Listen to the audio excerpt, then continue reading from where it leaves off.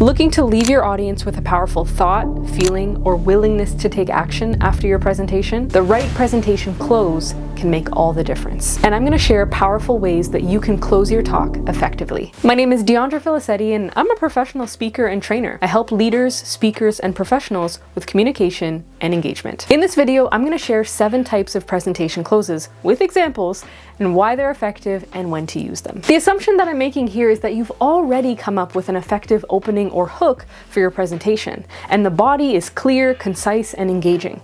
So I'm assuming that your audience is already with you, they're feeling inspired, and they're ready to take action. We just have to close it with a bow. The first and most common close to a presentation is the call to action close. A call to action is when you clearly tell your audience what you want them to do next. It works because it leaves no room for ambiguity and motivates the audience to take immediate action. You might use this type of close at the end of workshops, sales pitches, or any type of presentation where you want a tangible result. But it's also effective at the end of talks that are meant to inspire people and encourage them to take action to achieve a better outcome. For example, so make that decision today to try something new to change your future. Or for things like videos, sales pitches, or workshops, you might say something like, sign up for my newsletter for more tips. One of my favorites is from a TED Talk from Laura Boyd. So when you leave today, go out and build the brain you want.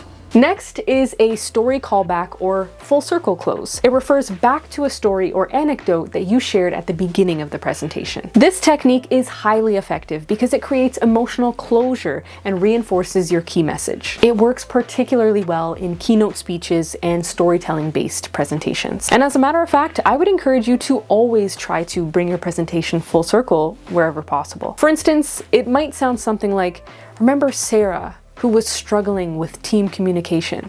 Today, she leads the most collaborative team in the organization. Here's another example of a full circle close. And I'm standing on the world's tallest bungee platform.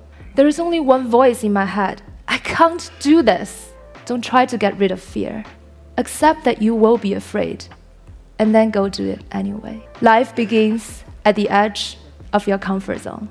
A bold statement close delivers a strong, memorable line that leaves a lasting impression. This works best in motivational talks, advocacy, or leadership presentations. It's great because it's memorable and leaves your audience with something to think about even after the talk. An example might be, your comfort zone is the enemy of your progress. Here's another example from Simon Sinek's famous Start With Why speech. And it's those who start with why that have the ability to inspire those around them or find others who inspire them. A reflective question close encourages your audience to think deeply about your message. This technique is effective because it engages the mind even after your presentation and helps your audience connect personally with your ideas. It works well in workshops, training sessions, and discussion-based presentations. For example, you might ask, what's one belief that you've been holding on to for too long? Here's another example. Why do I think the way that I do? How could I think differently? And also, what thoughts do I wish to create?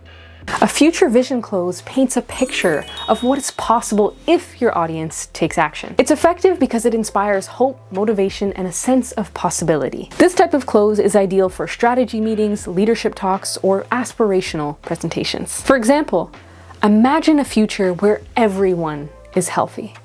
That future can begin today. Cue example. And 30 years from now, the child who has a high ACE score and whose behavioral symptoms go unrecognized, whose asthma management is not connected, and who goes on to develop high blood pressure and early heart disease or cancer will be just as anomalous as a 6-month mortality from HIV/AIDS. I believe that we are the movement. The summary close. The summary close succinctly recaps your main points. It works because it reinforces your key takeaways and ensures clarity with your audience. I'd recommend using this close in educational talks, corporate sessions, or any presentation where there are multiple learning points that you want to drive home. An example would be, remember, clarity, connection, and commitment are the 3 keys to effective leadership. And actually, Mike Posner did this in his TED Talk. If lesson number 1 is, not all crazy ideas are great, but all great ideas are crazy. And lesson 2 is, step 1 is take 1 step. 3, reasons are excuses in disguise. 4, true happiness comes from growth. And lesson number 5